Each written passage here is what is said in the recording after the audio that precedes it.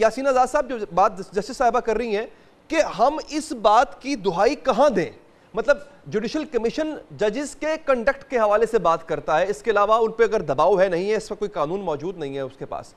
तो इसकी जो इंक्वायरी है वो इंक्वायरी कमीशन करेगा और रिटायर्ड जज करेगा। तो मेरा सवाल ये है कि रिटायर्ड जज क्यों? हाजिर सर्विस जज पे दबाव का मामला है तो हाजिर सर्विस जज क्यों नहीं? सबसे पहली बात तो ये है कि हमारा जो 1973 का आइन है उसमें तमाम आइनी अदारों की हदूद मुकर्रर कर दी गई हैं जी, और ये कहा गया है कि तमाम आइनी अदारे अपनी अपनी हदूद के अंदर रह के काम करें। जहाँ तक हमारे 6 जज जो हैं इस्लामाबाद हाई कोर्ट के जिन्होंने ख़त लिखा, मेरे ख्याल में इससे पहले भी उन्होंने चीफ जस्टिस से मुलाकात भी की, जो पहले चीफ जस्टिस थे, ख़त भी दिया, लेकिन उस वक्त उसका कोई अजाला नहीं किया गया। रह गया मामला एग्जेक्टिव का अदलिया के मामले में मुदाखलत का, तो मैंने अपनी लाइफ में ये देखा है कि जब कभी भी ऐसे मामला सामने आए तो ये शिकायत सामने ज़रूर आई कि एग्जेक्टिव जो है वो अदलिया के मामले में मुदाखलत करती है।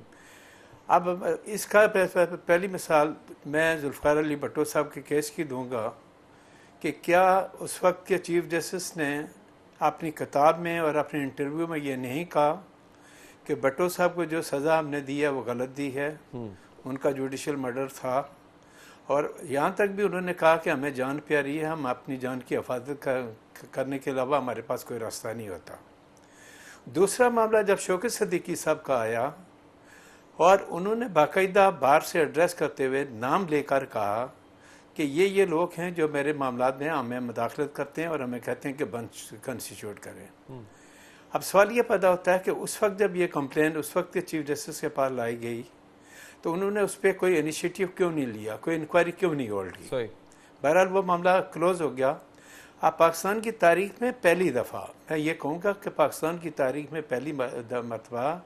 इस्लामाबाद के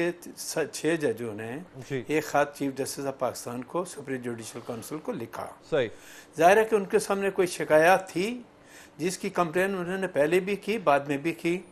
अगर पहले इसका अजाला हो जाता तो शायद आज का जो दिन हमें देखना पड़ रहा है ये दिन ना देखना पड़ता। तो सर ये सवाल आप करेंगे नहीं कि आज अगर चीफ जस्टिस साहब कह रहे हैं ठीक है इसकी इंक्वायरी करते हैं, कमीशन बनाते हैं, तो ये खत तो पहले भी लिख चुके हैं, यही जजेस लिख चुके हैं चीफ जस्टिस साहब को, उन्होंने पहले इंक्वायरी के ऑर्डर क्यों नहीं दिए?